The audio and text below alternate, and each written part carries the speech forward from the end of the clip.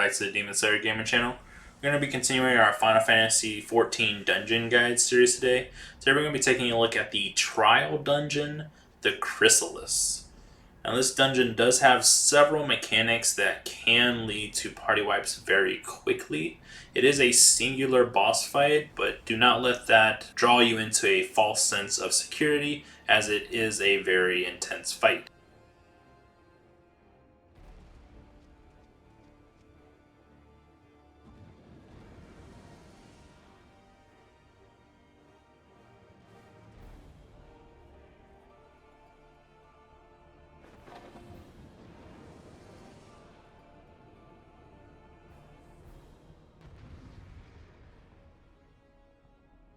The fight will begin with a standard one-on-one fight with the boss casting the Spark ability on the main tank. Occasionally throughout the fight he will cast the ability Double, and that will cause his next Spark ability to be cast twice in quick succession. So you'll want to pop a tank cooldown right after he casts Double to mitigate the damage from the Spark that comes afterwards. He will also occasionally cast the ability Triple, which will triple the next Spark cast. So I would recommend saving your largest tank cooldown for right whenever he casts Triple, and using your other ones to mitigate the damage of Double. When he gets down to 75% HP, he will teleport to the middle of the arena where he will no longer take damage and start spawning orbs that will move towards him.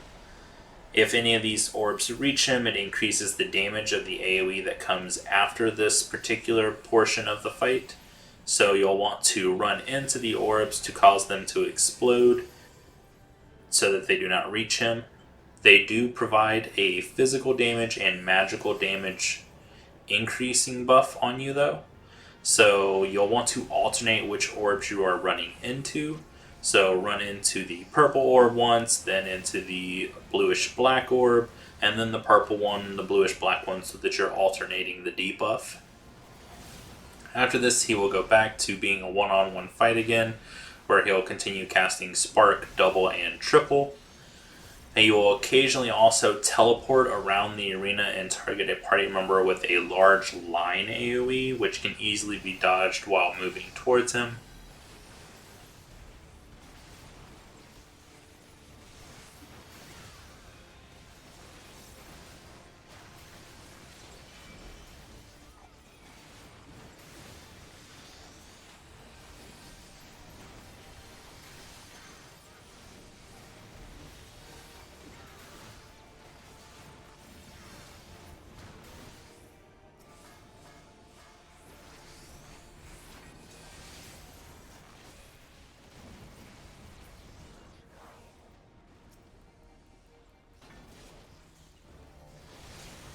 When he gets down to about 33% HP, he will go back to the middle of the arena, causing the spheres phase to happen again, where you just want to alternate spheres and make sure that they do not reach him in the middle.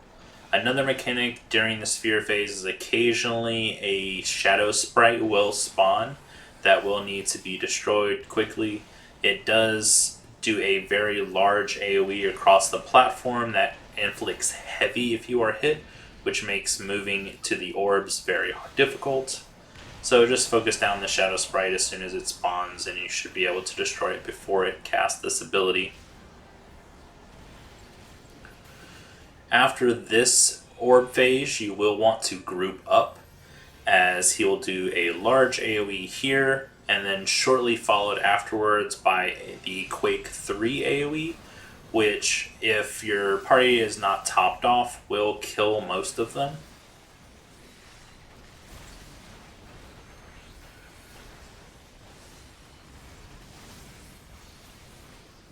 Whenever the red tendrils spawn, a portal will open up in the middle of the arena, which will suck everyone inside of it.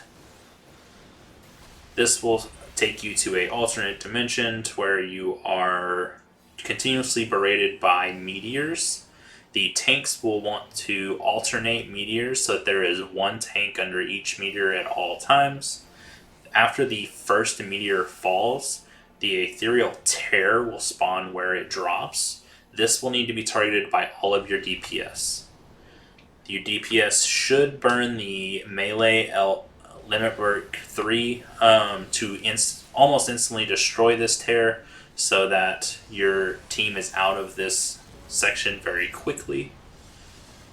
Otherwise, you may end up wiping due to the sheer amount of damage that the meteors can do. If anyone is not underneath a meteor when it drops, it does damage to the entire party. But the singular amount of damage they do is very mitigationable by the tanks. But other party members will take very considerable damage from it. After coming out of this phase, it will go back to the singular phase, where it's just teleports around casting abilities at you. But this should be it for the Chrysalis. I hope this helps a few of you out. If it does, please make sure to like the video and subscribe to the channel, and I will catch y'all in the next one.